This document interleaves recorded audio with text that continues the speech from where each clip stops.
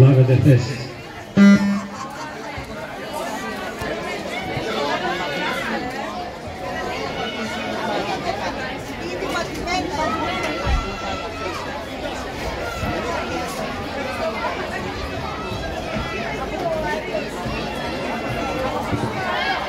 Όγδοο αγώνισμα, 50 μέτρα πεταλούδα, κορίτσια 9 ετών.